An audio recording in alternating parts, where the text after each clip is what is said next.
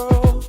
Oh, this is what I see. All the people hating is like this, yeah. So how can we hate? Yeah. If we want peace, yeah. Oh, yeah. Feel the beat. So without faith, without hope, let's just love, not in word, but in deed. All we need is love. Yeah. All we need is love to make this world a better place. If we really want it, all we need is love. Check, check, check. Yo, what's going on, everybody? Hope everybody's day is going well.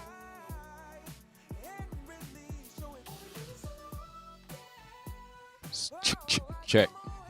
Check one. For some reason, I can't hear that well. I'll make sure the audio and everything is good. See the thing moving. I just can't hear that well in my headphones for some reason. Let me make sure I got it plugged in the right hole. Check one. There we go. All right. Had it in the wrong hole there. Hope everybody's day is going well. Just sharing this link. If you can, please share the link. Then we get started momentarily. Appreciate it. We got eternal life inside of us, inside of us, inside of us. Yeah. So without faith, without hope, let's just love, not in word, but in deed. All we need is love. Yeah. All we need is love to make this world a better place. If we really want it, all we need is love. Yeah, yeah. Lay all this pride aside and really show it. We'll get started right after the song is over with. Give you guys time to come on in, and time for the notification to go out. And then we'll get started. If y'all can, please share the link. All we need is a lover. All we need is love. All we need is a lover. All we need is a lover. All we need is a love. Yeah. Oh, like no more hate. All we need is a love. Yeah. Oh, like no more lying. All we need is a love. Yeah. All that we need up. All we need is a love. Yeah. All that we need up. All we need is a love. So without faith, without hope, all we need is a love. Let's just love, not in word, but in deed. All we need is a love. So without faith, without hope, all we need is a love. Let's just love, not in word, but in deed. Yeah, man. All right. Nice little warm up. Let me get this out the way here. We'll go ahead and get started tonight. And the other brothers and sisters slide in when they slide in. All right. Let's go ahead and start part 2 tonight. And then Lord's will. First, let me make sure everything's working right. All right, so that's working now on Facebook, so I'm pretty sure YouTube's working right. But let me just make sure. And then once I verify this, then we'll go ahead and get started for the night, y'all.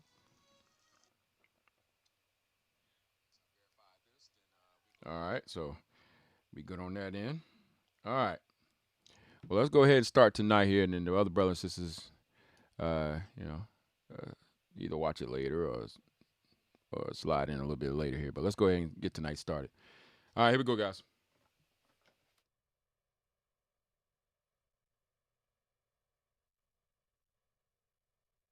Actually, not just yet. Let me do that there. Put the logo on it. All right, now we ready. All right, here we go, guys.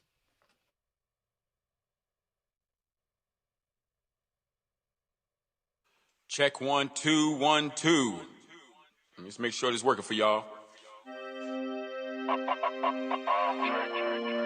Yo, what's going on? It's Brotha J podcast.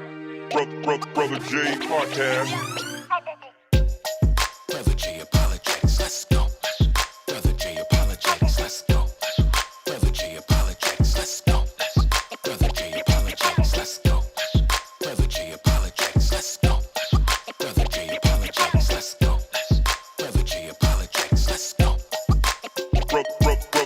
Brothajpodcast.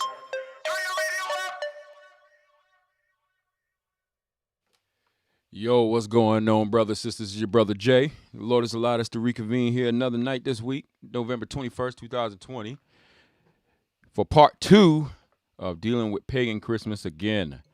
And hopefully everybody's day has been going well, or night, or wherever you are in the part of the world, whether you have the sun up or the sun down. As you guys see by the title, tonight, part 2, dealing with this whole holiday of Christmas. Want to deal with it way earlier, so that brothers and sisters who are just understanding what's going on, or just this their first year not celebrating it, and their family can't understand and all this stuff, and they know it's wrong. They have a few commandments to stand upon, which is all you need in reality. But for some people, that ain't enough, right? They want to drill you with 1,000,001 questions. What's wrong with cookies? What's wrong with just leaving out milk? What's wrong with presents? They want to drill you like that.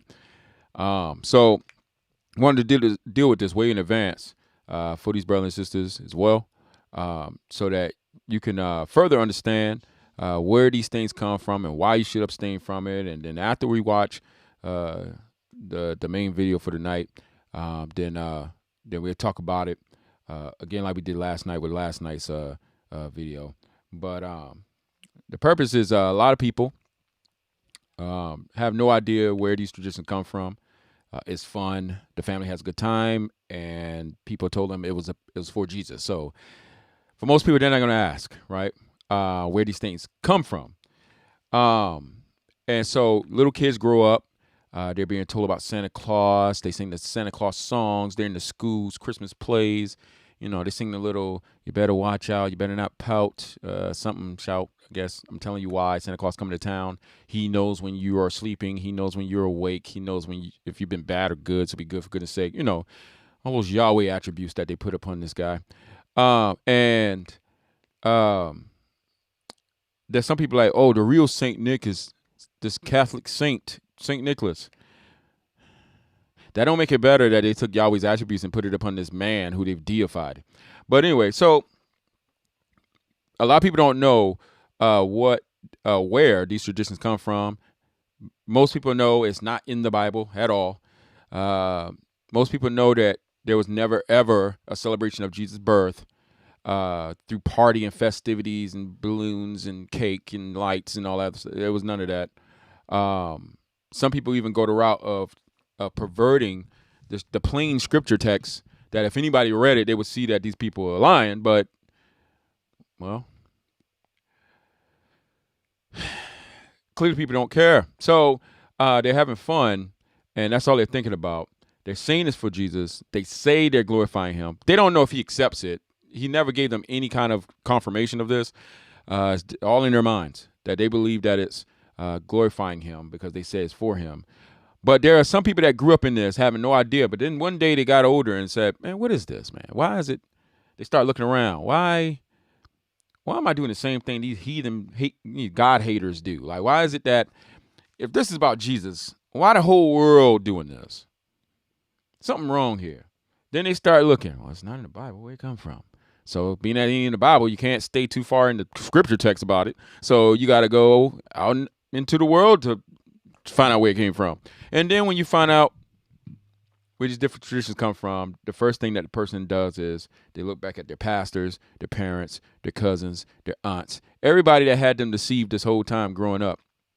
And the Lord has it in his law that there is a time when the children will ask these questions. For example, when God gave the children of Israel the feast of Passover and gave them the ordinances about getting the lamb and the unleavened bread and eating it in one night, not letting any remain till the morning, and what it meant, right? What it all symbolized. And so he said, when your children ask you, when they get to a certain level, they grow up, all they know is they doing this thing called Passover. That's all they know growing up. But then there comes a point where they ask, what does this mean? The things that we're doing, what does it mean? Where did it come from? And then the parent, according to the law, was to tell their child, this is regarding the Lord's Passover in Egypt when he did. And, of course, they go into detail as far as what the Lord did. And so the unleavened bread for Passover wasn't just some random thing they chose, because, hey, here's some bread. Let's make it mean something. That's not what it was. They literally had unleavened bread when they was hurrying out of Egypt. The blood, it wasn't just, let's use something red to symbolize something. Let's give it meaning. No, it was literal blood that they used from animals that night. And so these things have real meanings, real symbolic meanings, because, these were real things that were used that night. And so they didn't explain it to the children. The children didn't understand, because the explanation came from the Lord, by the way, not from men. Men didn't give Passover meaning. God gave Passover meaning and told people what it meant. And gave the ordinance for people to keep it under that First Testament. And we know those things are foreshadow of Christ, and we know that we don't have to observe Passover according to the law of Moses, but we do have a feast, if you will, but an ordinance called communion that Christ instituted on Passover night, the night before he was taken, and so he instituted this on Passover, and it was regarding his body. Right, the blood, the cup of blessing, he blessed it. This is my blood of the new covenant. Took the bread, broke it, which was unleavened bread. He broke it, passed it around, said, "Take, eat. This is my body." And so he said, "Do this as often as you meet together." So, in remembrance of him. So Christ gave us that ordinance. He gave the meaning of what the things meant or symbolized. All right, not men. So we have a God-ordained feast regarding Christ's death, and when the children that are born of us, that are Christians, grow up, what is this? What is this? Why are y'all drinking red wine and breaking unleavened bread? What does it mean?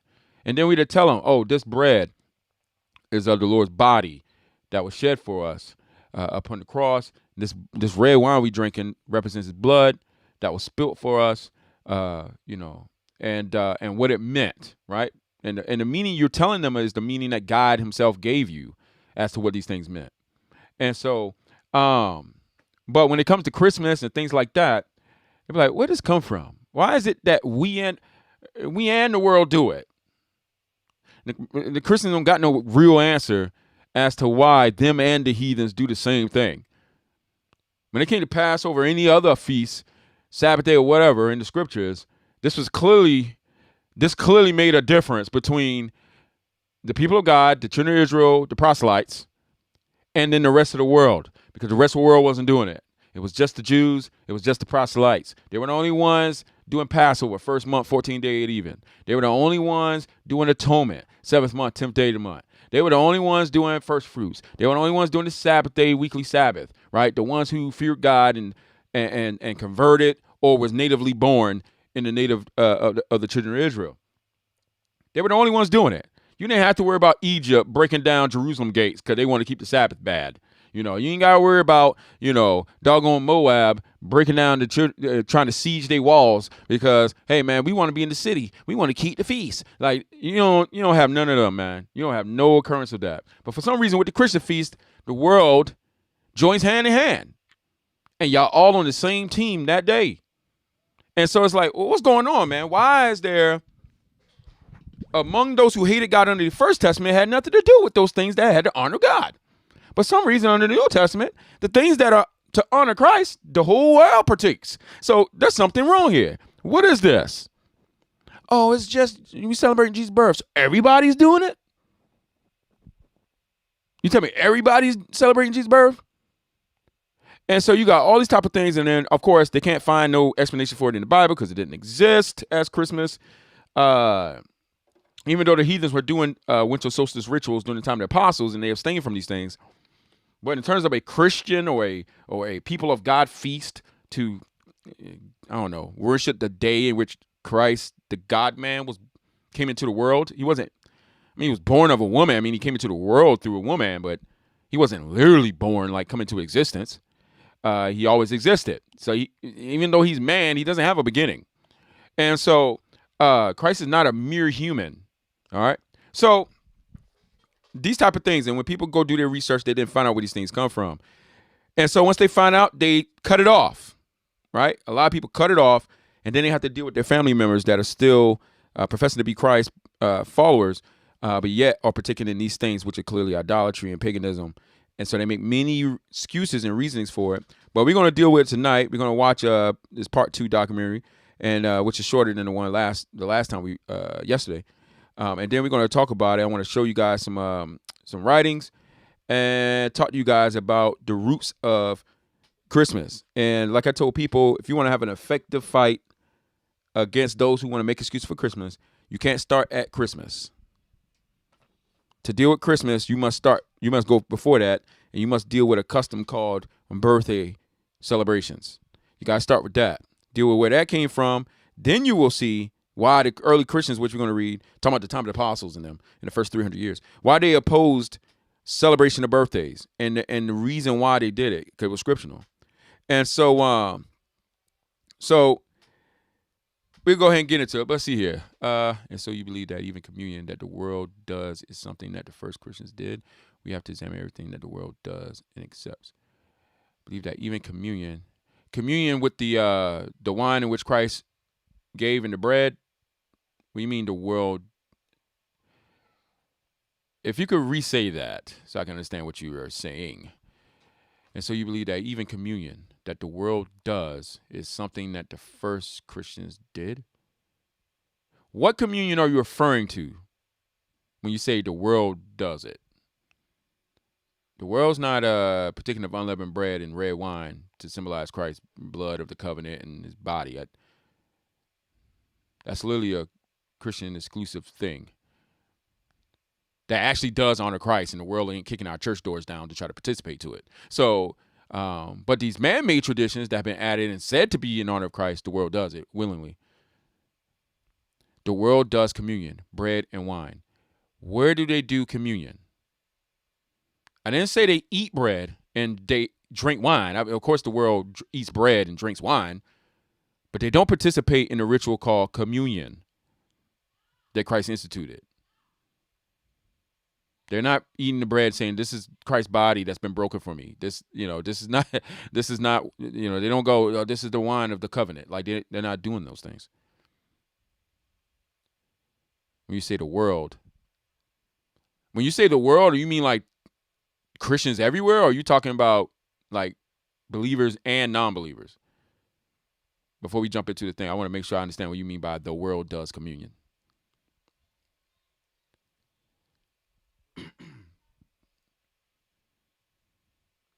And then you said we have to examine everything that the world does and accepts.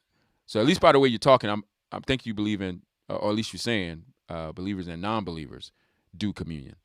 In that case, it would be false. But of course, they eat bread, they eat wine. These are natural things of the world that God calls to grow. But in terms of the ritual of communion, they do not do.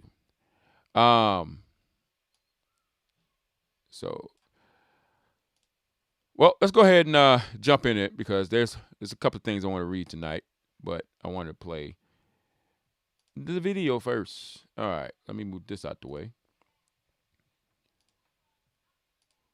Let me get some of these things off my screen here. And then we'll go ahead and get into it. The brothers and sisters listening on Spreaker right now, appreciate you, brothers and sisters. Those listening on Twitter right now or coming in, watching live from Twitter, appreciate you, brothers and sisters. Those on YouTube, those coming from Facebook world, definitely appreciate it. Those listening on iTunes, Spotify, and all that podcast apps later on. Hopefully your day and week has gone well. So let's go ahead and get into it. Obviously, those listening, you'll be able to hear everything. You won't be able to see the pictures and the videos and stuff like that. But when you get a chance, come over to the Brotha J Podcast YouTube channel so you can watch the actual video itself and so you can see the things going on in it. All right. So let's go ahead. Let me flip my screen. And we're going to do this just like we did last night. All right. Here, I can make my little thing a little bigger this time because the video is a little shorter. All right. Sit back, relax, and pay attention. All right, brothers and sisters, here we go.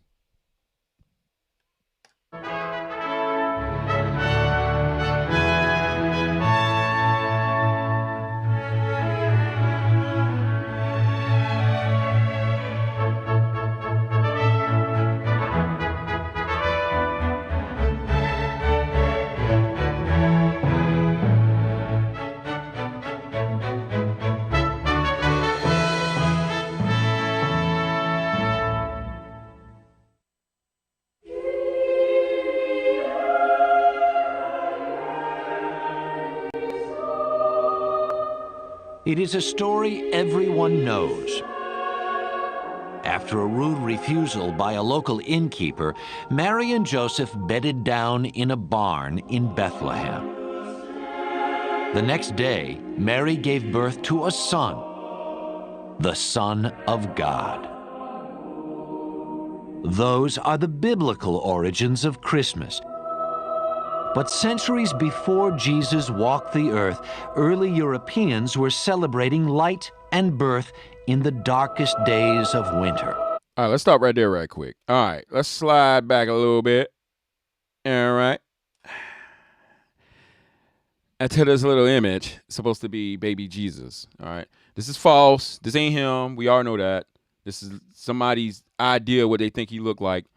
All right. And this here, along with the adult version that's sitting on the crucifix image, is a topic of nothing but division, arguments, strife, and quarrels among Christians because it's idolatry. These are idols. These are idols. Christ is not a mere human. He is God manifest in the flesh. The same rule that applied where you do not make any graven image or likeness of anything in the heavens or in the earth or beneath the earth or in the seas still applies even to Christ. All right. There was no need for a statue to be an image of what we think God looks like because Christ was that image. Christ said, you see me, you see the Father. There's no need to have a statue or an image of any kind, picture, drawing, whatever, of Jesus Christ or what we think he looks like, because ain't nobody left y'all no pictures. What you think he looks like. Why? Because those that follow him and have his spirit, they are that image. When you see us, you see Christ. Anybody who goes this route, the carnal route that all the nations go by, where they got to have an actual statue and stuff, and you see people like Greek Orthodox Christians and stuff like Catholics and them kissing on it and rubbing it and wailing over this little picture and all this stuff, and they bowing down before him, praying and all kind of stuff. This is paganism. It's idolatry.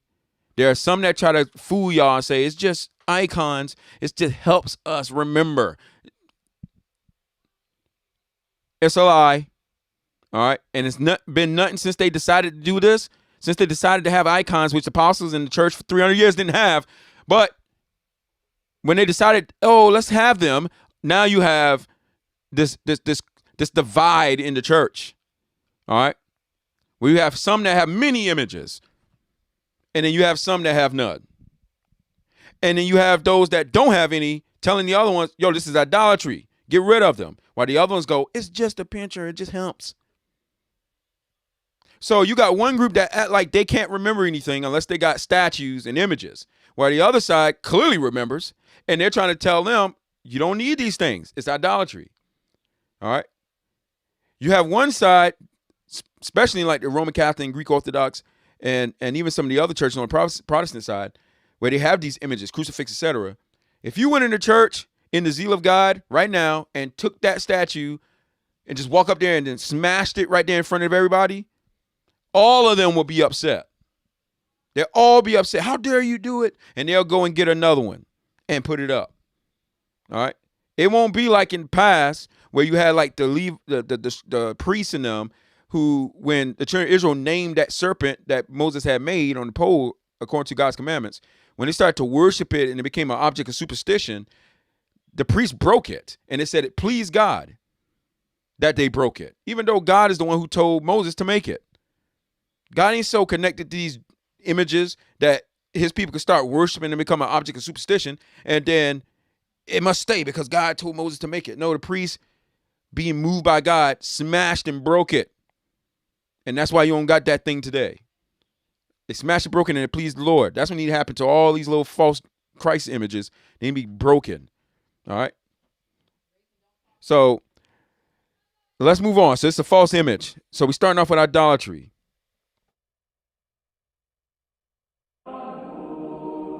Those are the biblical origins of Christmas.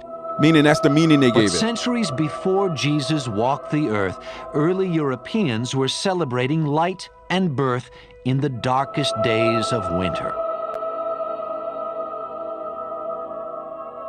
In the Norse country, this winter celebration was known as Yule. Around December 21st, the winter solstice, fathers and sons would drag home the biggest log they could find and set it on fire. The Yule log warmed, but it also looked ahead. Each spark was said to represent a pig or calf to be born in the spring.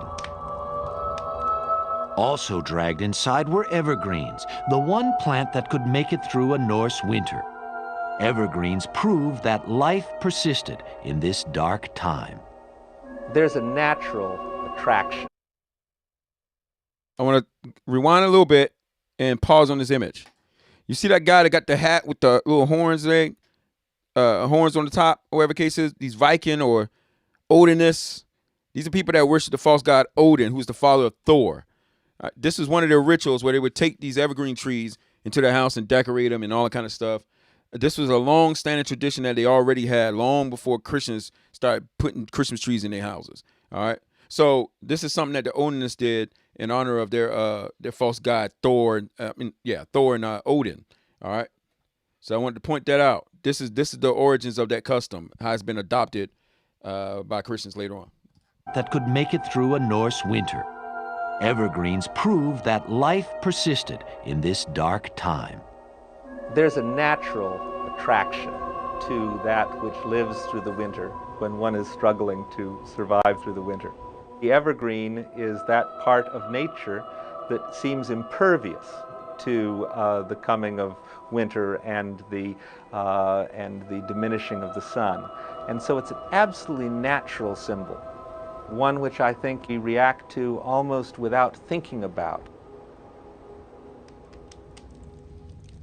For as long as the Yule log burned, about 12 days, feasting and revelry reigned supreme. In fact, this was one of the few times that meat was abundant, since cattle had just been slaughtered for the long winter. There is a necessity to kill most of the cattle, because you can't keep them alive over the winter when there's nothing to feed them on. You keep a few alive for breeding.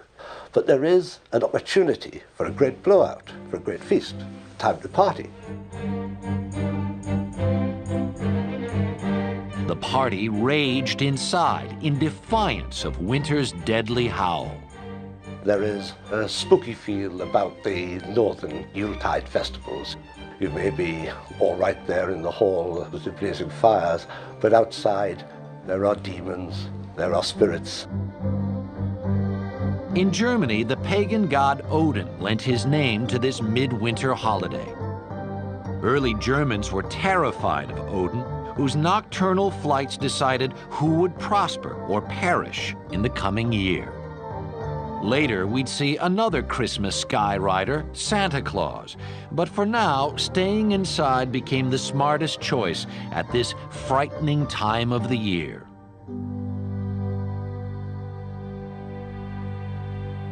A 1,000 miles away in Rome, winter was less harrowing, but the December festivals were just as elaborate. 1 week before the winter solstice, Romans began celebrating Saturnalia, a month-long orgy of food and drink. Named for the god Saturn, which meant plenty, Rome's established order was turned on its head during this wild, delirious time. The Saturnalia celebrations were certainly times of revelry, of turning the social order upside down, of having the master pretend to be the slave and the slave pretend to be the master. Sort of a time out of time in which one could celebrate a kind of disorder in the universe. One of the holiday's important feasts was Juvenalia, which celebrated the children of Rome. Although these early festivals are not necessarily about children particularly, though they are about fertility, children did have their particular place. The indulgence of children, of course, is very much a part of our modern Christmas, but it did have its place even in these ribald, drunken festivals that the Romans had. Among the upper classes in Rome, solstice celebrations were significantly more sober. Many influential Romans worshipped Mithra, the god of the unconquerable sun. To this small but powerful sect, the birthday of Mithra was the holiest day of the year. December 25th was the winter solstice in that part of the world, and it was also understood to be the birthday of the sun god, Mithra. And Mithra was said to be born from a rock. Shepherds came to worship him as he was an infant god born out in that pastoral place in the fields. And many of those stories, of course, have come into Christian tradition. So you see that with the worship of Mithra, it was a small sect. It wasn't the biggest religion or religious organization, if you want to say, in Rome. It was a small sect, but it was among the elite. So your emperors, like Constantine, this is what he was part of before he converted to the Christian faith. And I put that in quotation marks. And many of these Roman emperors, all right, who were straight up heathens. These are the things in which they were doing. This was part of the elite. This would be like how now you have among the regular people, you have your main religious faiths, but then among the elite, they got these little special little sects, that people all keep alluding to, the underworld, the Illuminati, the secret societies and all that stuff where the elites are, and where they worship the devil real closely and stuff like that. Just similar like that in Rome, all right? And so Mithra being the sun god that was born, Mithra is a new name that was adopted from the Greek god. I'll get in and read it after this thing is over with. But the Romans adopted Greek gods and renamed them. And Greek gods, a lot of them were ancient Egyptian gods renamed. So in Rome, when you talk about Jupiter, when you talk about Jupiter, like the planet that they named after the false god Jupiter, Jupiter is a Roman equivalent to the Greek Zeus, which is the ultimate god among the Greeks. So they took Zeus and renamed him to Jupiter. And they did that with many other of the gods of Greece and ancient Egypt. So you have Mithra being the sun god, the Romans, but among the Egyptians, the sun god is Ra, all right?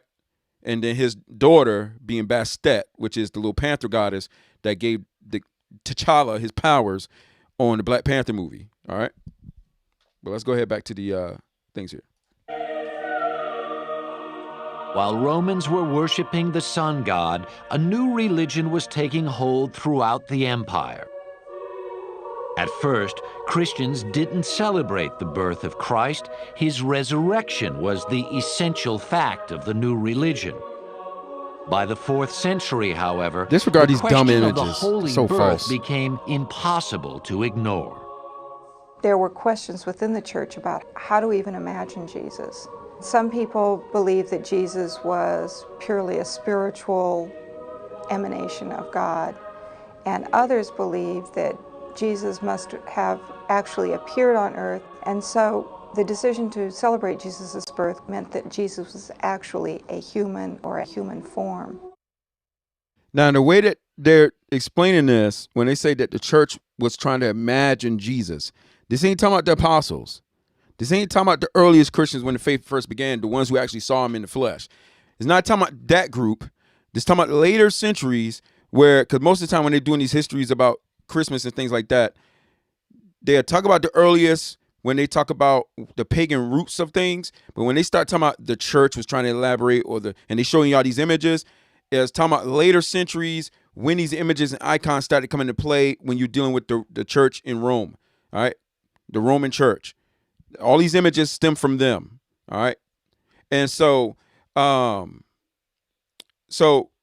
they're not talking about the apostles who saw Christ and walked with Christ. They're not talking about them, all right, when they're talking about trying to imagine Jesus. The apostle knew exactly who Christ was, and they taught. But remember, as the faith began to grow and you had false teachers start to come in the midst and start to break away from the apostles and carry on their own teachings and things like that, then you had people like the Ebionites and these other little sects that come around changing up who Christ's supposed to be. All right, and they start talking about he's a mirage or he wasn't in an actual human body and all this kind of stuff. And you start coming up with these other strange teachings that the apostle wrote against in the New Testament when he says, any man that says that Jesus Christ has not come in the flesh is not of God. All right, he wrote that because at that time there started to be teachings that Christ didn't come in the literal flesh. All right, and so those teachings, those kind of heresies continued on through the centuries. Because remember, when the church would reject heretics, they didn't put them to death. They weren't commanded by God to stone these people or to pull them apart like how the Roman Catholic Church would do to those that they deemed heretics. Christ didn't command that we do that. Instead, he said, reject them, eject them from the church. But these people that came with these heresies that we rejected or ejected, they were ejected from the true Christian community, but they went and started their own. All right? They went and started their own. This is why the apostle says, many will not endure sound doctrine, but they will look for teachers to tell them what the itching ears want to hear. When they go and find these false teachers to tell them what they want to hear, they still carry the name Christian. They don't desert the name Christian. They just go to another teacher that teach them something else about Christ that makes sense to their senses, and then they allow them to indulge in the fleshly behaviors, which Christ did not and the apostles did not. All right. So as time went on, you have this expanding group of everybody being called Christians, whether they were heretics or not. They were all called Christians. All right. And so now you have this convolution of who the true Christians are as time goes on. All right. So this is why you have them saying, oh, the church is trying to manage you. These are certain sects, not the church as a whole. This was just certain sects coming up with these crazy ideas. All right. For Christians, the fact of his birth was settled, but the date remained a mystery. The Bible doesn't mention exactly when Christ was born, but certain facts suggest it probably was not in December. So if you're going to sort through the runes of the scriptures, Jesus was probably born in the spring. If the shepherds are out in the fields watching their flock by night, we're not talking about one of the cold spells at the heart of winter. If pagan Rome was already celebrating the birth of Mithra on December 25th, it seemed natural to honor the birth of the Christ child at the same time. By the 4th century, the church made it official. Y'all have noticed those little images there with the little disc around their heads. Those are not halos. They ain't angels or anything like that. All right. Those are sun discs. And all the Roman Catholic paintings that they have, whether it be of the saints or whether it be of Christ or God or whoever the image is supposed to be, you'll notice them little round discs around their heads. Those are sun discs. All right. Those ain't the main halos. Those are things that's a staple in Roman art, specifically when it comes to these icons. All right. Century, the church made it official. December 25th was declared the feast day of the Nativity. But of course, it's a very short step from the feast day of the risen sun, S-U-N, to the feast day of the risen sun, S-O-N. So in a sense, it's a very good choice, and the symbolism is there because the feast day of the unconquered sun was about fertility, about birth, and so obviously is the Christian Christmas. The church knew it could not outlaw the pagan traditions of Christmas, so it set out to adopt them. The evergreens traditionally brought inside were soon decorated with apples, symbolizing the Garden of Eden. These apples would eventually become Christmas ornaments. This is why among Christians, when you talk about Adam and Eve and the fruit of that tree, this is why they keep talking about it was an apple. Even though the Bible don't tell you it was an apple or anything like that. They didn't. But that's where this thought kind of subconsciously comes from people when they talk about, oh, Adam ate that apple. And you be like, what scripture says he ate an apple? They get it because of this stuff right here. When they started adopting pagan ceremonies and rituals, and they renamed them and gave them meaning. So people subconsciously started to say Adam ate an apple. All right. So that's where they're getting these things from. But notice the scriptures don't give any leeway for any of these things to come about. But you see men injecting it. That's what you keep seeing, men injecting these things into the scriptures. And holly, a traditional midwinter decoration, was recast to represent Christ's crown of thorns. People already had their own agenda for this season, and that agenda was not one that was really radically changed when the names got changed from non-Christian to Christian names. The church pretty much had a policy of live and let live. If people would call themselves Christians and do lip service to the birth of the Savior, then let them do anything that they wanted to do with it. And that's the Christianization period that I was telling you guys about. And when they keep saying the church, guys, don't think of the church as a whole. When they say church, they're talking about the Roman Catholic Church, because they became known as the church, and everybody must stem from them. And if we don't agree with their teachings, we're cursed. So when they keep saying the church, they're talking about the Roman Catholic Church. They're not talking about the apostles of Christ. They're not talking about the early Christians for the first 300 years that followed the apostles' teachings and didn't have these things. When they keep saying the church, they're talking about the Roman Catholic Church. All right. All the sects in the Protestant after the Protestant Reformation all stem out of the Roman Catholic sect. All right, because there was a big division that took place during the time of Martin Luther, etc., and then they stem away from there. All right. So when they keep saying the church, they're talking about the quotation mark mother church, which is, or the mother church of Christianity, which is the Roman Catholic Church, all right, or the church there at Rome. All right, which is not the truth, but that's what the historians are saying when they keep saying the church. All right. But on the other hand, by assigning the nativity to that time of year, the church really gave up the opportunity to control the way that celebration took place. The tension between piety and revelry at Christmas would reach its logical and extreme conclusion in Puritan England, when the holiday would be considered so un-Christian it was done away with altogether.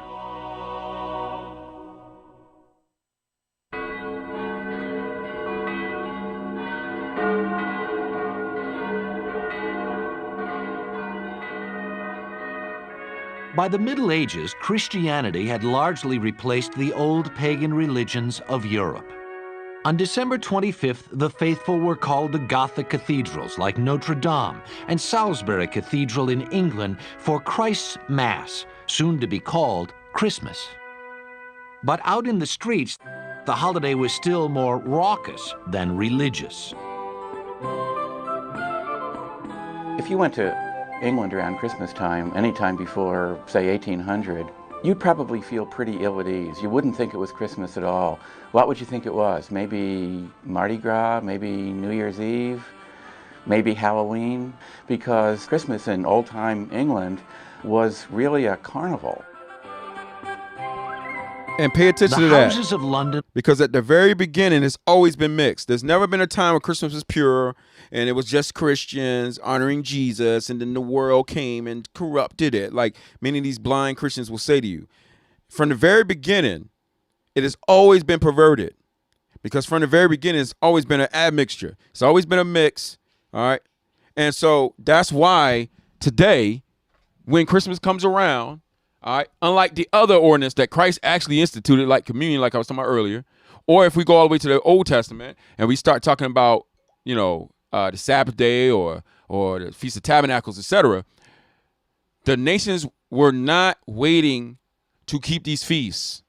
All right, I'm talking about the whole of nations. Might have been a remnant that converted, became proselytes and did them, but you're talking about an entire nation, even those that hate God, but they want to partake in his feast. There's something wrong. That didn't happen nowhere in the Bible. All right. Christ prophesied the world will hate him. So when you look at these Christian festivals that they implemented and you see how they joined hand in hand with the pagans, then now you start to see clear why is it that when these Christian feasts come around, or these so-called Christian feasts come around, why is it that the world is preparing itself to do it too? And there's no arguments between Christians and heathens. Like, Christians ain't going, this is our day. Like, there's no argument. They're all hand in hand, meeting together at each other's houses, drinking eggnog. The Christians at the office Christmas party with all the ungodliness stuff going on, they're all enjoying this together. This is a world feast. And it all stems from that Roman church, specifically the Pope. Everybody's participating in Christ's Mass. Christ's Mass. All right? Including the Christians that say the Roman Catholics ain't Christians. They're Catholics that day. So I guess on that day, they're not Christians, since they're doing the not Christians feast. All right, but let's go on. Were littered with brawling, drunken villagers and couples engaged in the most unholy activities. And each Christmas, a beggar or student was temporarily put in charge after being crowned the Lord of Misrule. The rest of the peasantry also got their once-a-year chance to grab power from the ruling classes. They would go around to the houses of the rich, they would bang on the doors and demand entry, and once they were let in, the lord of the manor had to give them the best stuff that he had. He had to give them his best food, he had to give them his best beer, his best of everything. And a jolly wassail, it's then you shall hear. But if he didn't, they would threaten or actually perform a trick. Come butler, come fill us. One surviving Christmas song says, if you don't give us what we want, then down will come butler, bowl and all. But if you do draw us a bowl of the small, then down shall go butler, bowl and all, bowl and all. Some historians think that it performed the role of a safety valve. You might say that a wealthy man could make up for an entire year of small or large injustices to the poor by giving a generous Christmas handout just once in the year. The rules of Christmas would soon change, however, as a wave of religious reform swept through England in the early 17th century. Led by Oliver Cromwell, the Puritans overthrew the king's forces in 1645 and vowed to rid England of all that was decadent. High on their list was English Christmas, and in 1652 they outlawed it altogether. Shops were ordered to stay open, churches were forced to stay closed. The Puritans were always, I think, deeply attracted to those things that they were most opposed to. They had a fear that they might have too good of a time. I don't mean to trivialize them, but there was a deep fear that if these things were legalized, they themselves might enjoy them and their souls would be lost. The Puritans may have said good riddance to Christmas, but the people never really stopped celebrating it. The holiday merely went underground. If Christmas pie was illegal, it began to be known as mince pie instead, which was just as delicious. The deeper need for Christmas in the human heart, the need for celebration at a time of darkness, those needs made the battle against Christmas, gave it a few temporary wins, but it couldn't possibly secure a final victory. In 1656, the men of Kent and Canterbury passed a resolution saying that if they could not have their Christmas day, they would have the king back on his throne. They soon got their wish. The monarchy was restored with Charles II, and Christmas was restored with him. It seemed the English could live without a king, but not without Christmas. It has been argued that one reason for the restoration of the monarchy is because by restoring the monarchy, you also restored Christmas, or you restored the proper English Christmas with its rituals, its traditions, and its carousing. Christmas is brought back, if you like, by popular acclaim.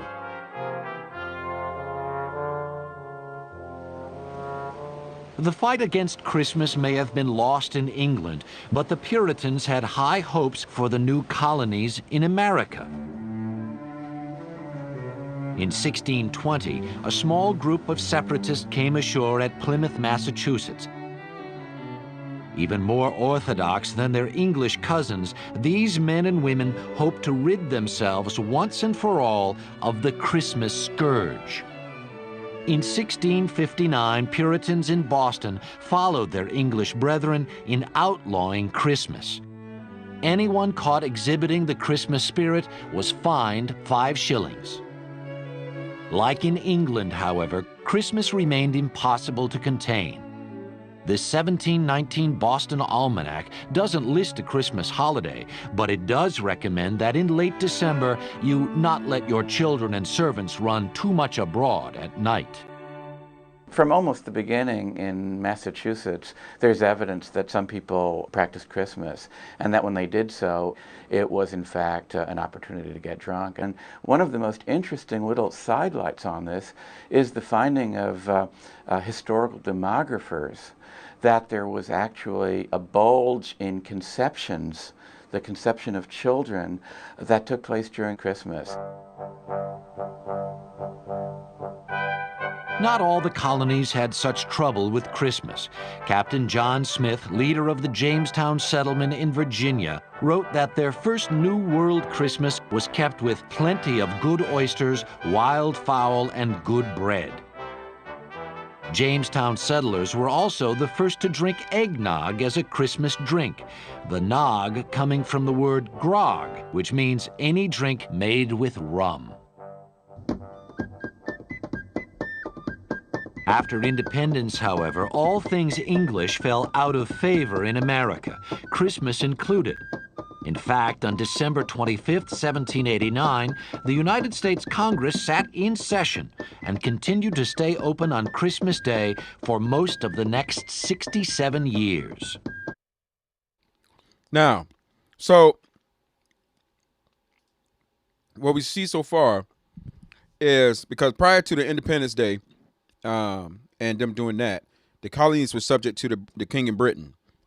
They were ruled still, even though they were over here, they still were subject to the king. All right, and so that's why you had the Revolutionary War, and why they celebrate July 4th here. That was the day that they gained their independence from Britain. Prior to that, it was subject to them. Once they got separated from Britain, all right, through the war, as it just told you just now, the founding fathers of this nation who wrote the Declaration of Independence all opposed Christmas, and they sat in session and did not celebrate Christmas for the next 60-something years, as it just told you. All right, so at the very foundation of America is anti-Christmas.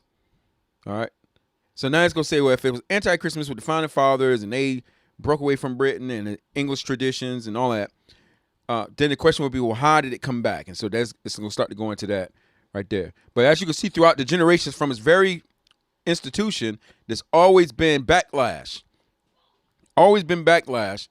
And the group that stood against it was always way smaller in number than the group that supported it. They always got drowned out by the majority. So it was always a small remnant that opposed these paganist acts, but majority went with it. All right.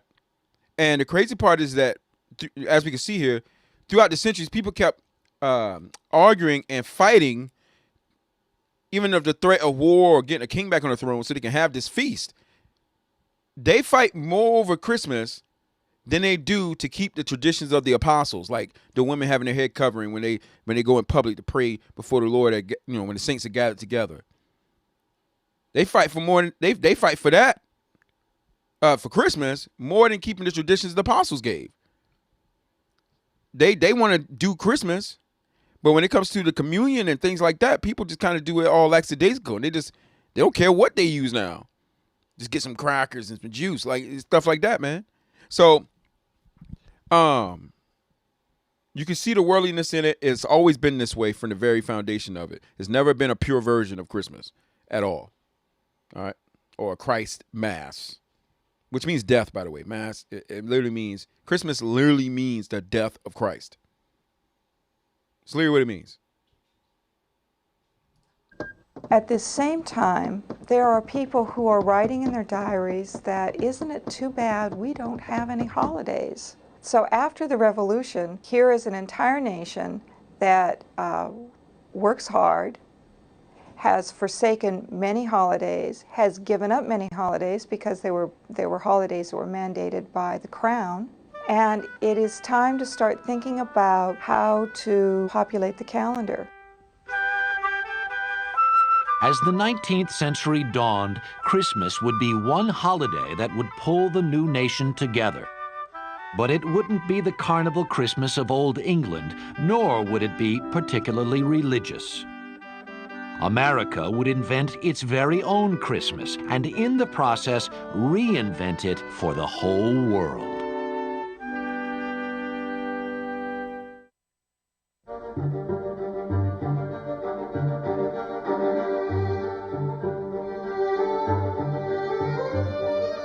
York City, 1820. Within the space of a generation, New York had gone from a backwater port town to the center of American commerce. Great wealth came to a few during these years and moderate livings to the burgeoning middle class. But the Industrial Revolution had also created a class of the unemployed and unconnected, whose very existence threatened the cozy world of New York's middle rung. This was never more clear than at Christmas time. Class conflict was emerging with the earliest stages of industrial capitalism.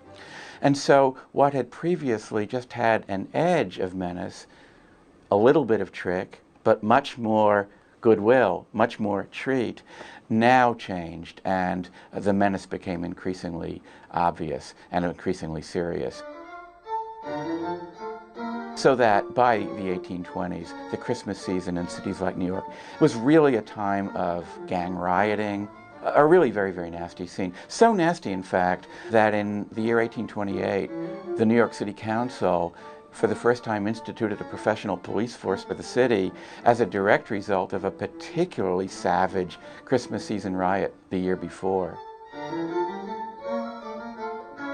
New York's upper class was worried. So worried that a few of them set out to change the way the holiday was celebrated. Washington Irving was America's best-selling novelist, and in 1819 he used his expertise to write Bracebridge Hall, an enormously popular series of stories about Christmas at an imaginary English manor house. Here, the classes mingled effortlessly as squires welcomed friendly and grateful peasants into their homes. And in 1843, England's most popular writer, Charles Dickens, Illustrated News published this engraving of the royal family standing by the first Christmas tree most English had ever seen. In just a few years, a decorated fir could be found in nearly every English home at Christmas. Let's pause right quick, guys. Did I do that by accident? There was a jump. Give me a quick second. Let me look at the, sorry for that, guys. I think I did that by accident. Let me go back to the thing. Let me go back and where that jump took place so I can see the timestamp. Give me a quick second. This would be a quick moment. I think I did that.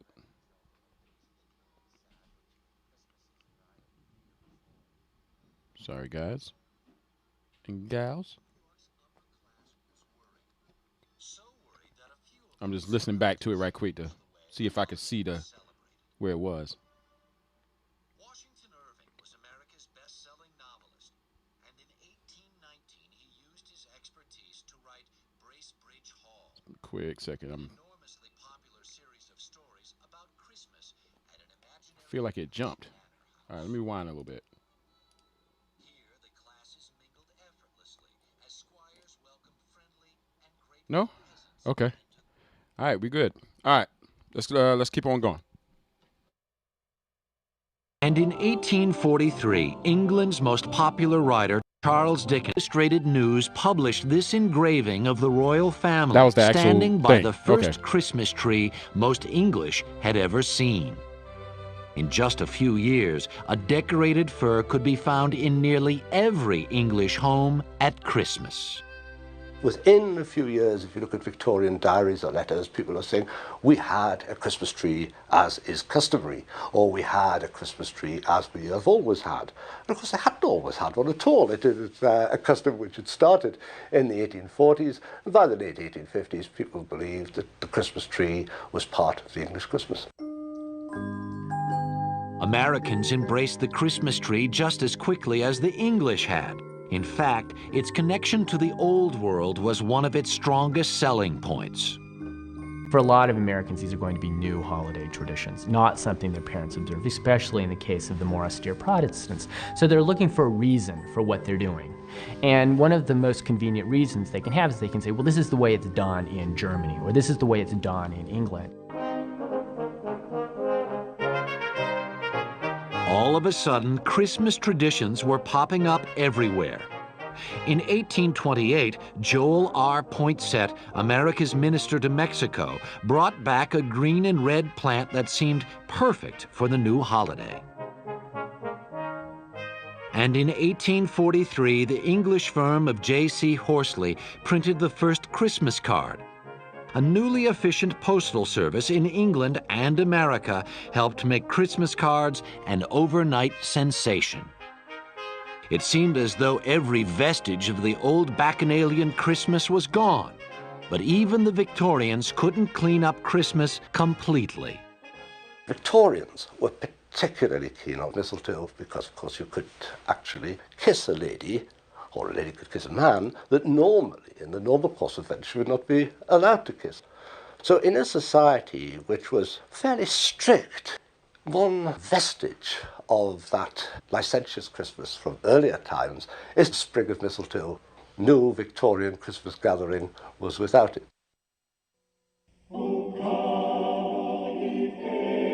By mid-century, Christmas was everywhere in America, in the streets, in the homes, in the marketplace. The one place you could not find Christmas was in church.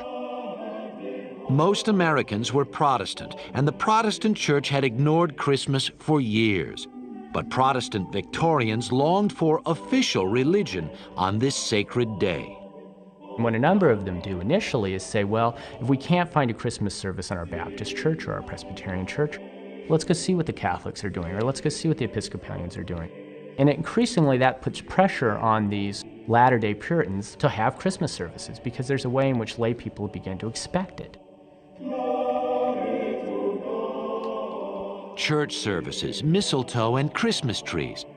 America's new holiday now seemed firmly in place. But Victorian America had one last contribution to the Christmas season.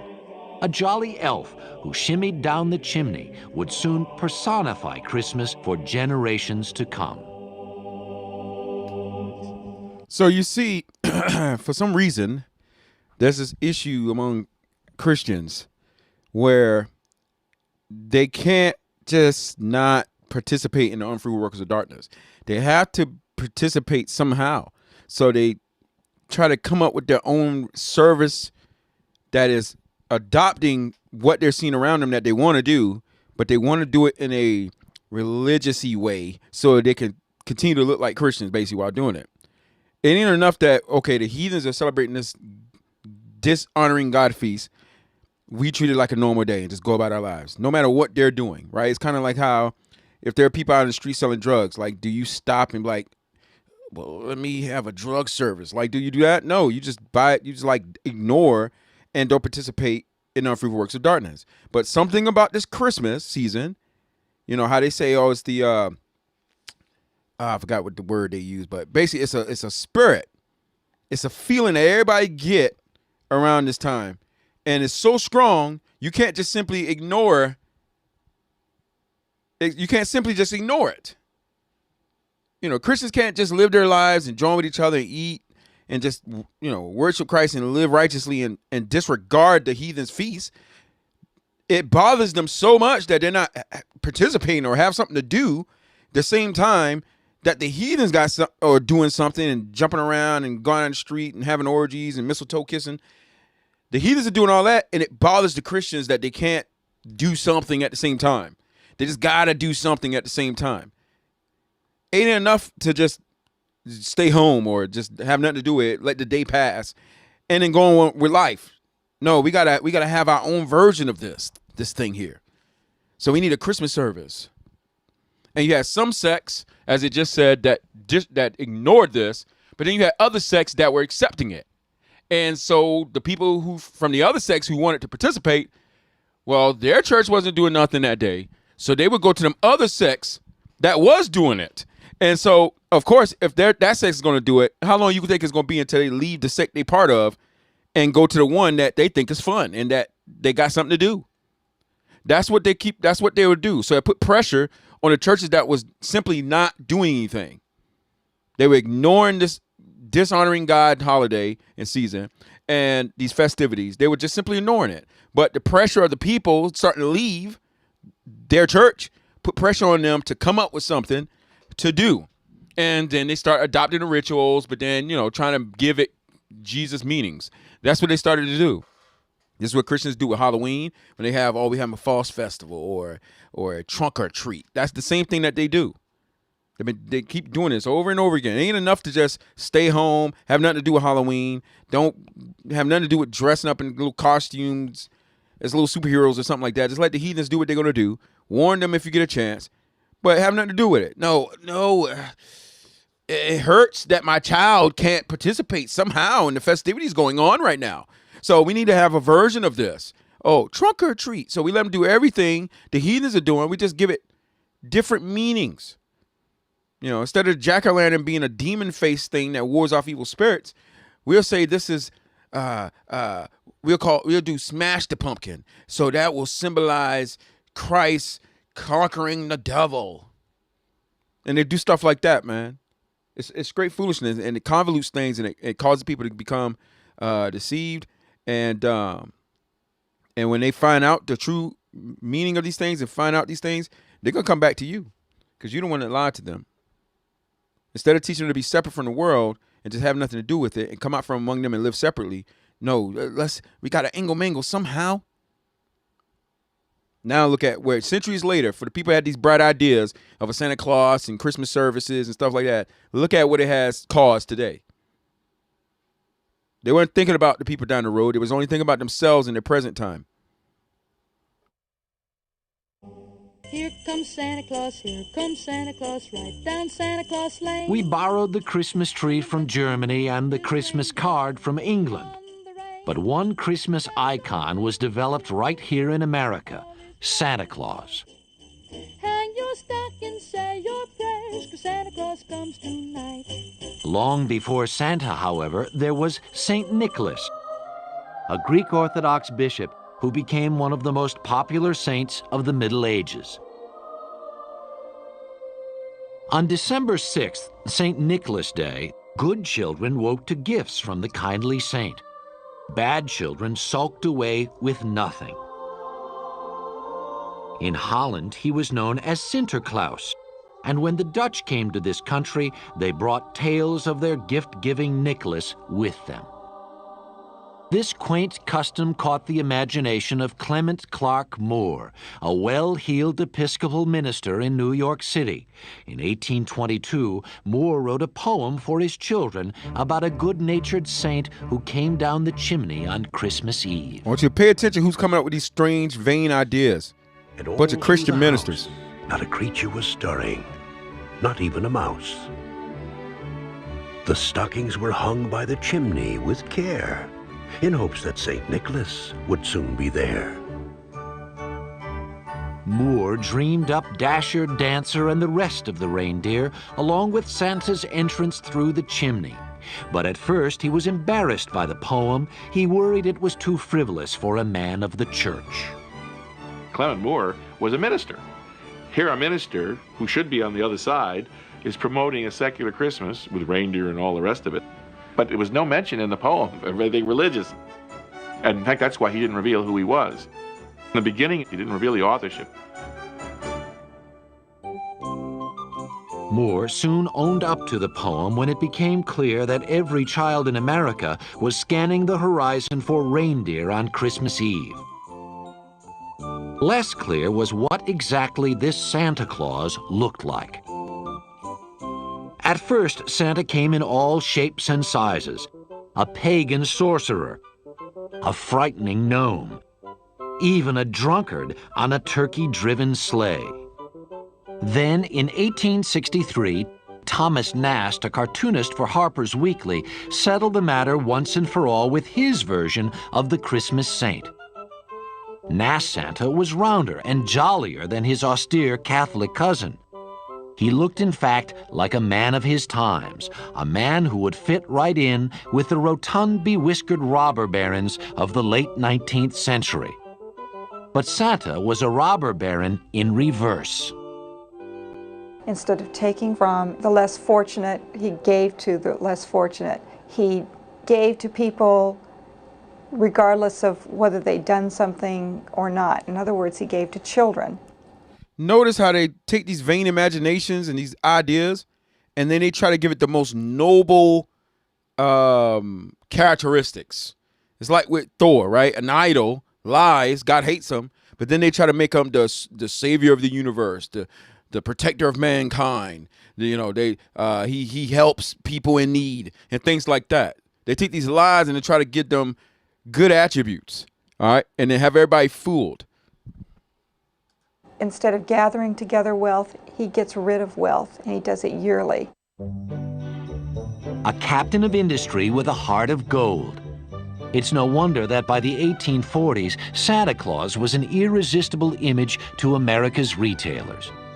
Here was a guy who could sell anything at Christmas, but make it seem like you were not buying gifts at all.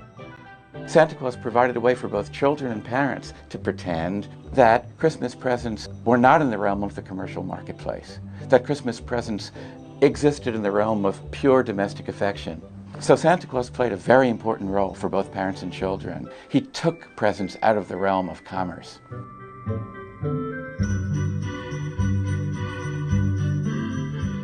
If the image of Santa could sell merchandise, retailers soon figured that a real-life Santa would boost sales even further. Santa has been showing up in department stores since the mid-1800s. And since then, nothing has loomed larger to a child at Christmas than this annual pilgrimage. If you want to talk to Santa Claus, where do you go? You go to the shopping mall. Now, this is strange for a saint to be living pretty much full-time in a department store.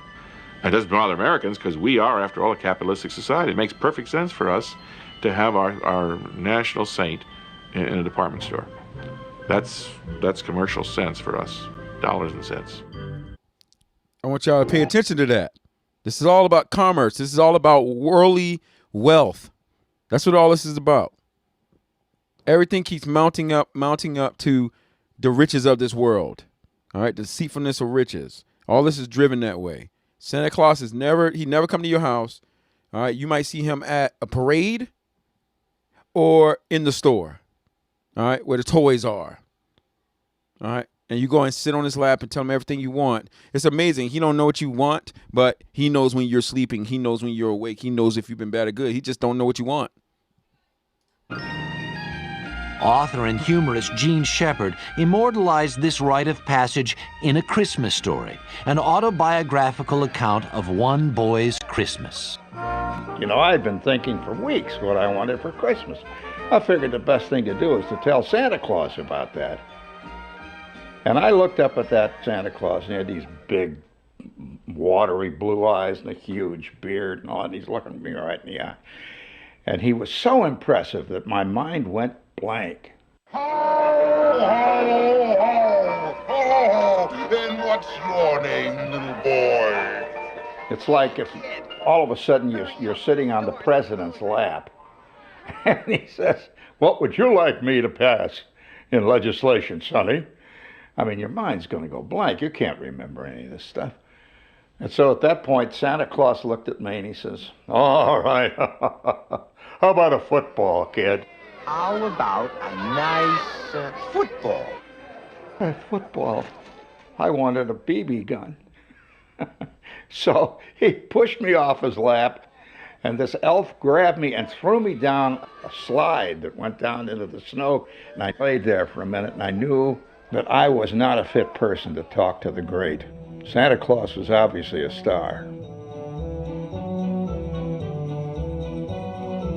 A celebrity of this magnitude obviously needed a sidekick.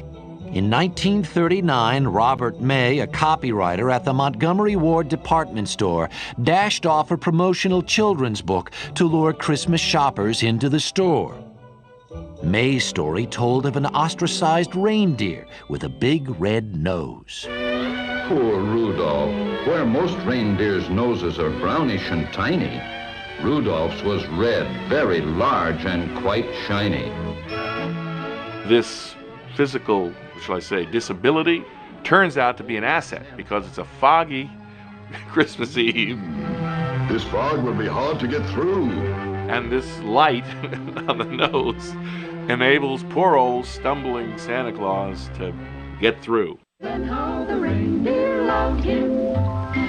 bells are shouted out with glee. Rudolph the red-nosed reindeer, you'll go down in history. So you have this handicapped sort of child figure helping the benighted parental figure make Christmas possible. Rudolph brought Christmas full circle. It was now the children who really made Christmas possible. Only they understood the meaning of this enchanted day. From Washington Irving to Montgomery Ward, a battle for Christmas had been fought and won by kids.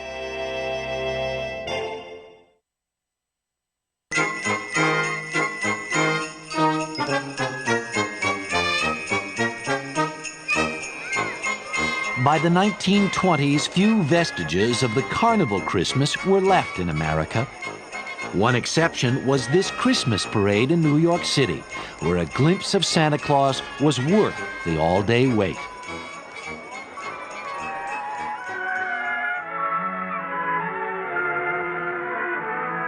But by the 1950s, Christmas was strictly a family affair, with eggnog by the fire, Bing on the hi-fi, and a load of presents under the tree. Chestnuts roasting on an open fire, Jack Frost nipping at your nose,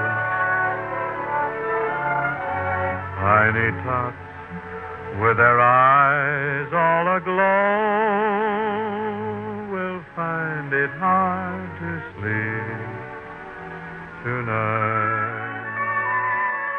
The joy of opening up gifts is one of the things that makes Christmas what it is. He's loaded lots of toys and goodies. It's the mystery of all these packages. And I think that's why we wrap them. It's exciting to have a package lying there with silver paper on it. You don't know what's in it. And you open it up and there it is. It's something that's really great, that you really wanted.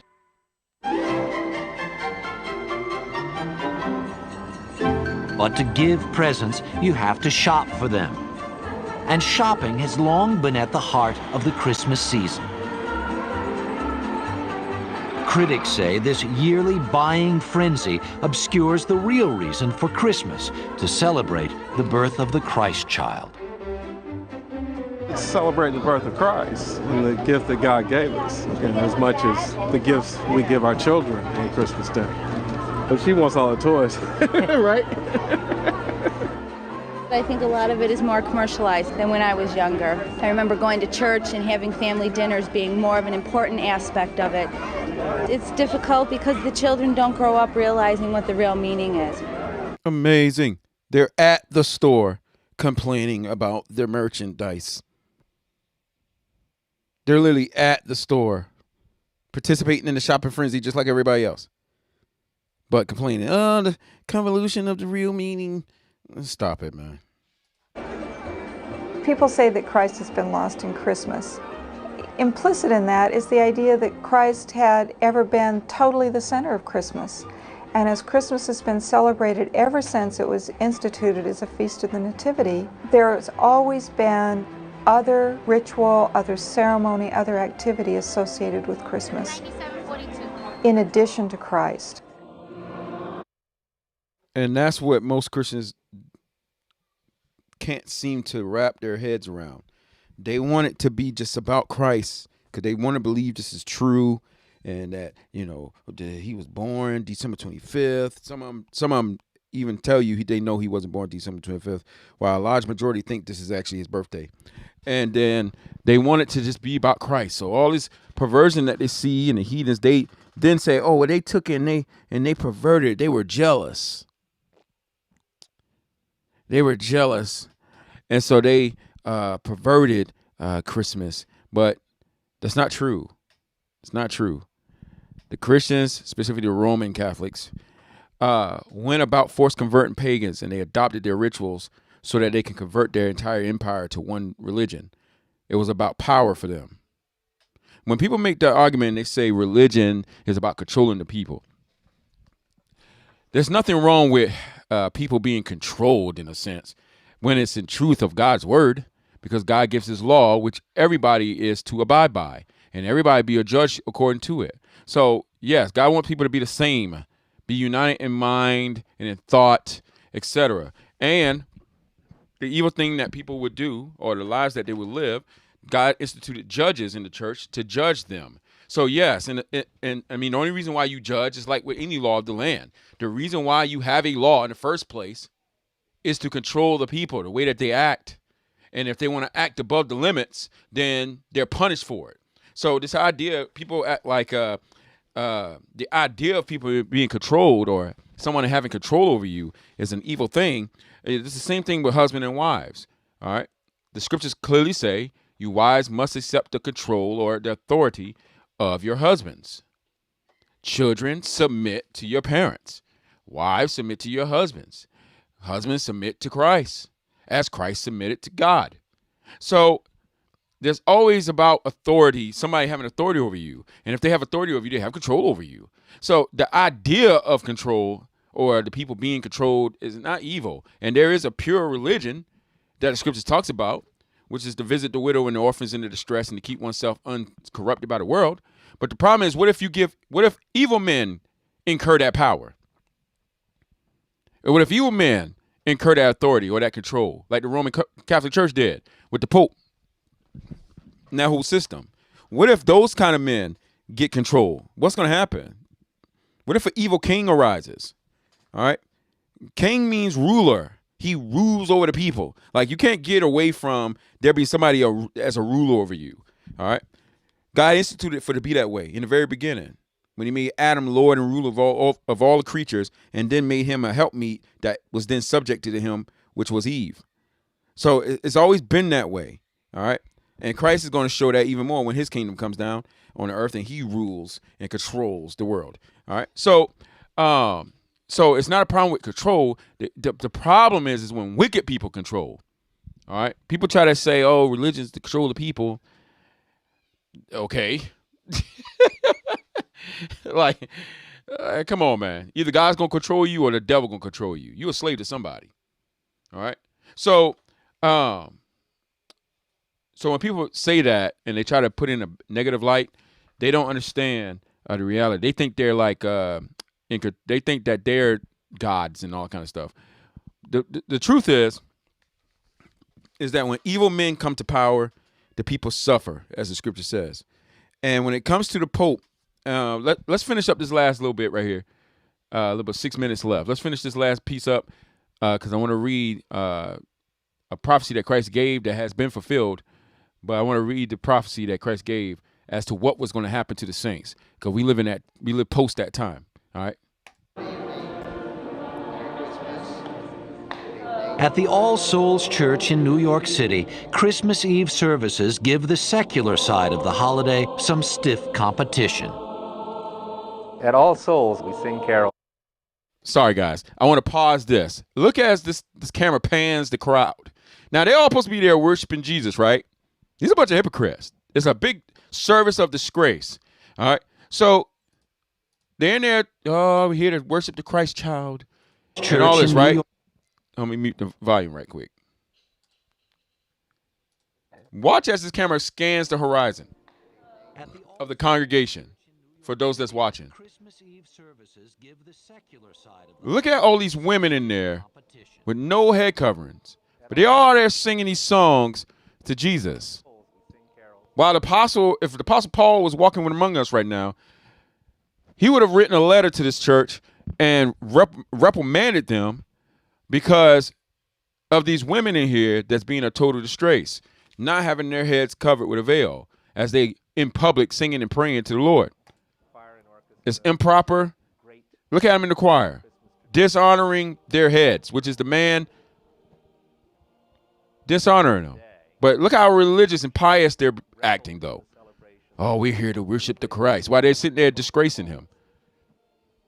That's not a bad thing. It actually goes back to the source. I want y'all to look at that. All these things matter, man. Kind of holiday where we recognize that people have deep needs at this time of year to connect with that which is very important, but also to celebrate.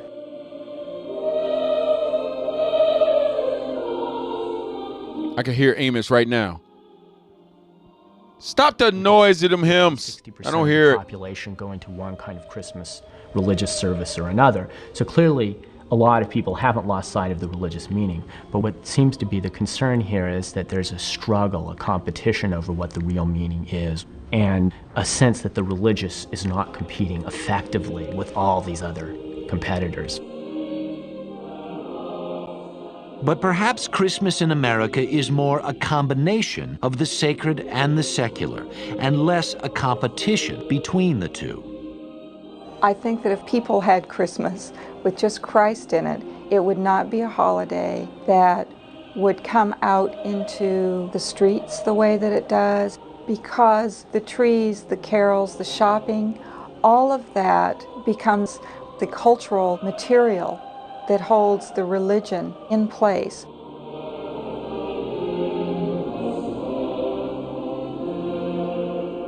This cultural material is everywhere.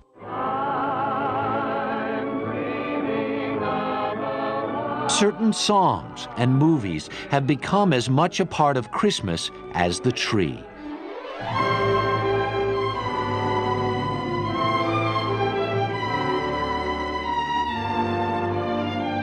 I don't want to get married to anybody, you understand? I want to do what I want to do. And you...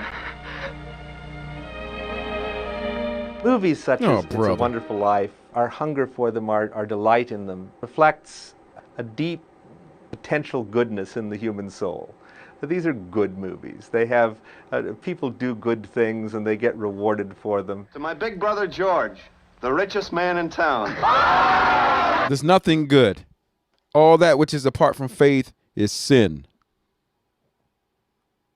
Any so-called good a man does apart from faith is sin. Apart from faith, it's impossible to please God.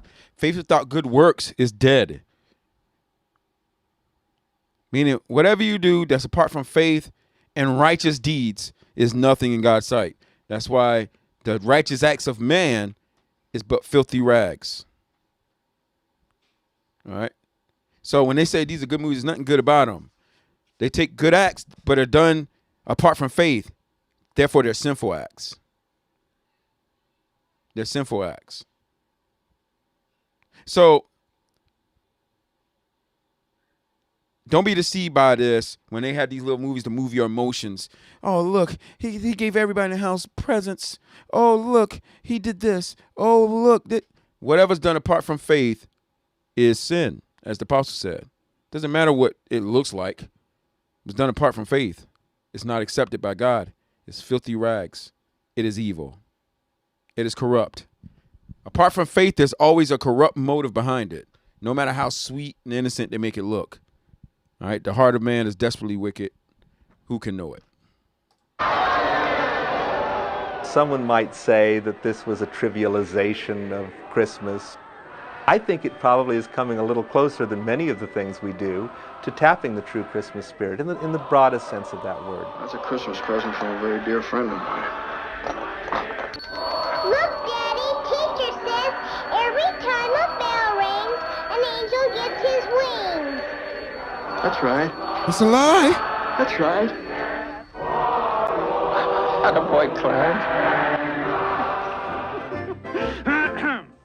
Nowadays, kids watch new films and new TV shows, Why, Mr. Scrooge! Merry Christmas! and they will grow up thinking that that was the way Christmas always used to be. You leave me no alternative but to give you... Toys! Yes, toys. No. I'm giving you a raise. We always reinvent, and every time we reinvent, we think that what we're reinventing is something that has no beginning. You can reinvent Christmas or celebrate it the way your great-grandparents did. The only thing you cannot do is ignore Christmas. To not catch a glimpse of a Christmas tree or hear a note of jingle bells would be nearly impossible. And since 98% of Americans celebrate Christmas in some form, it looks like that won't change for quite some time. All right, it's about to end now. So imagine that 98% according to the poll that they did, of Americans celebrate Christmas one way or the other. 98% celebrate Christ Mass. 98% celebrate the death of Christ. That's what Christ Mass mean. Or if you want to say, oh, it's talking about the birth, 98% of Americans at that time when they did the poll, it's probably even more now, probably 99%, celebrate Christmas or Christ Mass one way or the other. They got one of these traditions, trees in the house. If they don't have a tree, maybe they live in an apartment or something, they got the lights. If they can't get the lights, they got the eggnog. If they don't got the eggnog and they can't decorate their house because maybe where they live at, they had an office party. Some kind of way they are participating with Christmas. 98% people love Jesus, apparently. I beg to differ. Especially if you look at America now. If they was do that poll and it said 99% people celebrated Christmas, every Christian should be like, yo, something's really, really wrong. Something's really wrong. Majority of America hates God. Like, y'all ain't been alive this last year or two. You think 98% of people want to remember Christ and love him and worship? Stop it, man. Stop it. You got to be naive to believe this. I want to read a prophecy that Christ talked about. And we live post this time. And let me pull it up here. I pulled it up on my phone, but let me bring it over to my computer here so y'all can see as well. So give me a quick second, brothers and sisters. Let me pull up another tab.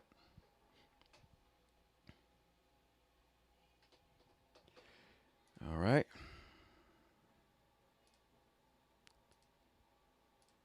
All right. The first thing I'm going to start with what Christ said.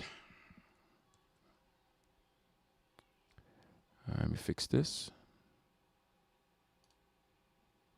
All right. Let me start with what Christ said in Revelation 13 through the apostle, or from John the Revelator, in the vision he gave him. Christ said this concerning the saints, meaning those that are his followers. I'm going to get to the point. Revelation 13, verse 5. It says, the beast was allowed to speak great blasphemies against God. And he was given authority to do whatever he wanted for 42 months. And he spoke terrible words of blasphemy against God, slandering his name, meaning ruining God's reputation before others. That's what slander is. Slandering his name and his dwelling, meaning heaven. That is, those who dwell in heaven. And the beast was allowed, this is the point, the beast was allowed by God to wage war against God's holy people, meaning the church, the believers, believing Jews, believing Gentiles, and to conquer them. Meaning God gave authority to Satan and his beast to not only wage war against the people of God, but to conquer them. Not conquer them in terms of like conquer their souls and now they're all going to hell. Through war, the beast, talking about the Roman church and the Pope and them, through their conquests and inquisitions and stuff like that, waged war against God's holy people. And they tortured them, threw them in prison, all kind of things that took place during those times. And it says to conquer them. And he was given authority to rule, talking about this beast, not only over God's people, meaning the church, but it also said he was also given authority to rule over every tribe and people and language and nation.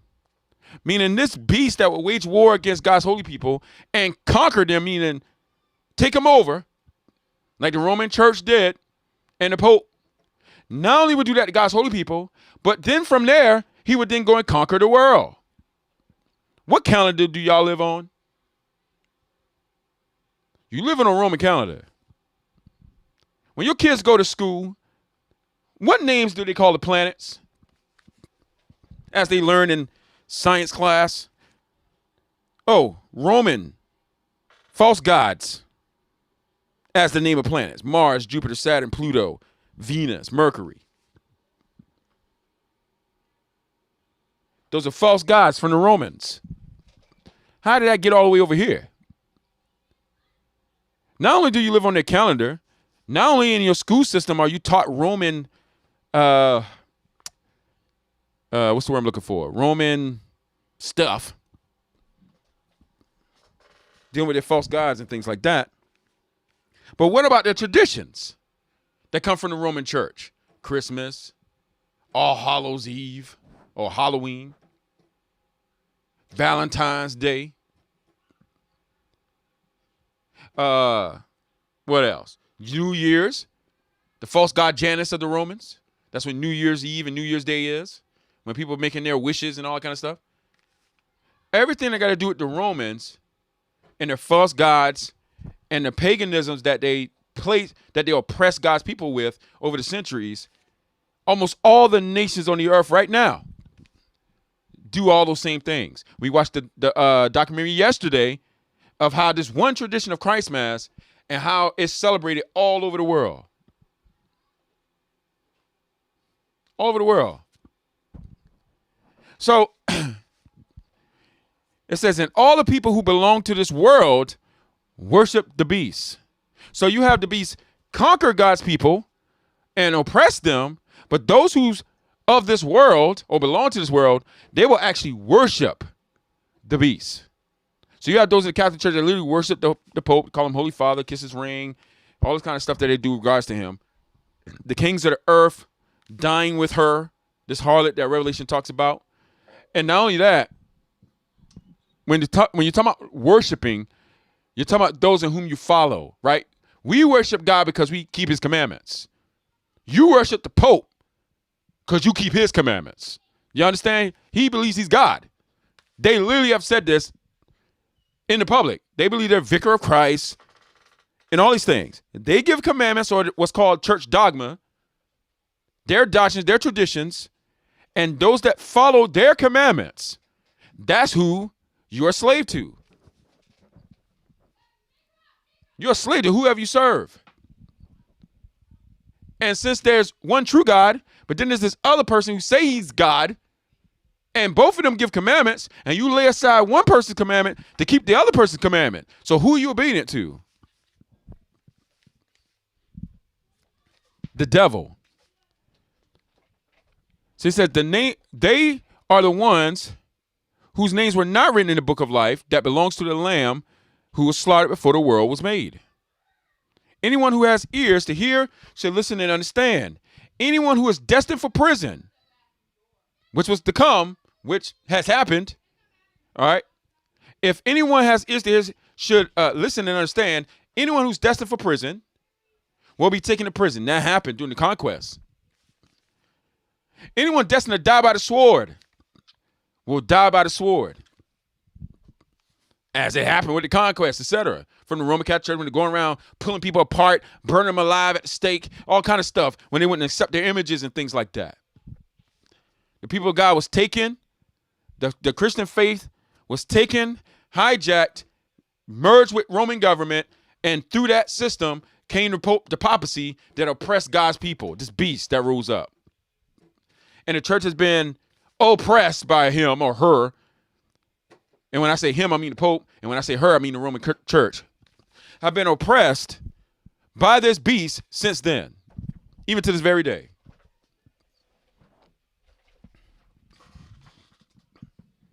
To this very day. But Christ said for his people, this means that God's holy people must endure persecution patiently and remain faithful. We weren't told to pick up swords and fight back. We weren't told to get guns and self-defense. God had ordained this. It shall happen. The saints of God went willingly.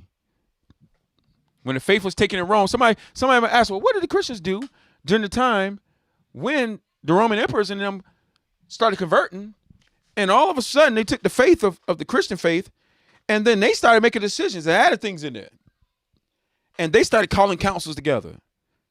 And they started doing this and that, force converting pagans and converting temples into churches. They just like took over. They just hijacked everything.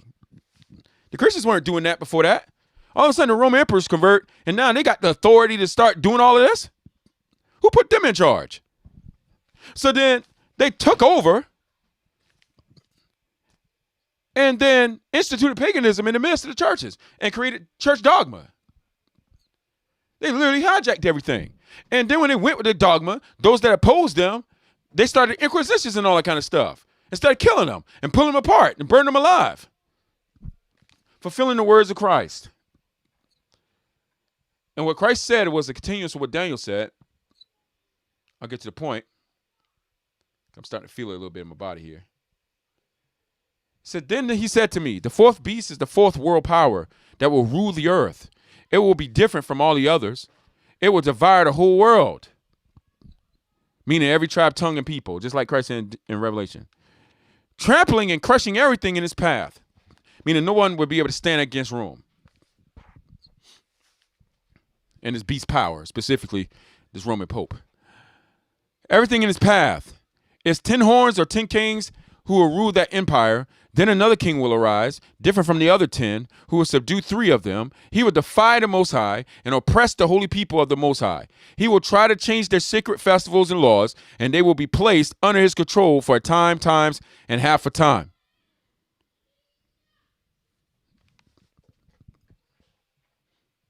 And Christ let us know that time was coming through John.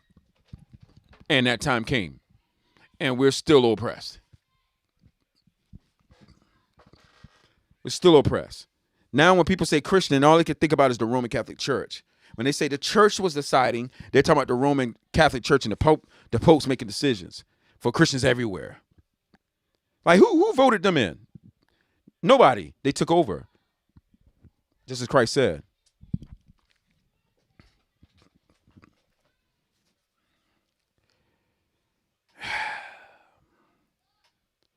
There's not really much to say. What I'm going to do is, Lord's will, do a part 3 Tuesday night. It won't be a documentary or anything to watch. We're just going to go through information. I probably have a brother come in and help me as far as read. But we're going to go deep diving into scriptures and some other sources I want to show you guys of how the early Christians dealt with this, and in regards to birthday celebrations. We got to start there. If you're going to deal with Christmas, you got to start with birthday celebrations. The only reason I'm not going to go into it tonight, as some of y'all might see, I'm twitching over here, so twitching and stuff like that. So I know wisdom tells me to let tonight be what it is so far, not push it too much further body-wise. But Lord's will, Tuesday night, we're gonna do one more part in regards to this, and so it'll be that and Q&A. And so if anybody got any questions or anything like that, Lord's will, Tuesday night, or if you have it now but don't want to forget, my email is therealbrotherj@yahoo.com. Therealbrother, BROTHA, the letter J, @yahoo.com. You see it right there on the screen. Just shoot me an email there so I can put it on my list so I won't forget. And Lord's will, Tuesday night or evening, 5 p.m. Central Time, 6 p.m. Eastern Time, 3 p.m. Pacific Time. We'll go ahead and deal with these things. It's very important. A lot of people, most people, are going to reject and just scoff at what it is that I'm talking about and what I'm bringing out. But you brothers and sisters that fear God, keep yourself pure, abstain from it. You don't need no alternative feast. Just don't have nothing to do with the evil works of darkness. It's as simple as that. You don't need a replacement feast, all right? Live righteously, keep the commands of God, and you be all right. You do well. You do well. It doesn't matter if the whole world lies in the power of evil one, even though there's temptations, which there will be. And of course, it looks fun and all that kind of stuff when you hear the music and festivities and everybody's shopping and all the stuff at the store and they got all these new toys and stuff, and it just makes you want to participate in Christmas and all that kind of stuff. But treat it just like any normal thing. You're going to the store to buy something you need, go buy something you need. You need food, go get some food. You treat it like any other day. The heathen's going to do what they do, but you keeping yourself separate from them. You're in the world, but you're not of it. All right? And the Lord give you strength to endure these things. And those pagan family members, even if they profess to be on Christ, Lord's will, Tuesday night will be dedicated to dealing with those situations. All right, and that's why we're doing the Q&A. So, y'all brothers and sisters, man, y'all be safe. Love you all. And Lord's will, I'll see y'all Tuesday night. Let me check Spreaker right quick just to see what my time is on there. Okay, actually, we're doing real good on there, but I have to end it right now. All right. Love you, brothers and sisters. Peace. Check 1 2 1 2. Let me just make sure this is working for y'all. Yo, what's going on? It's Brotha J podcast. Brotha J podcast. Brotha J apologetics, let's go. Brotha J apologetics, let's go. Brotha J apologetics, let's go. Brotha J apologetics, let's go. Brotha J apologetics, let's go. Brotha J apologetics, let's go. Brotha J apologetics, let's go. Brotha J podcast.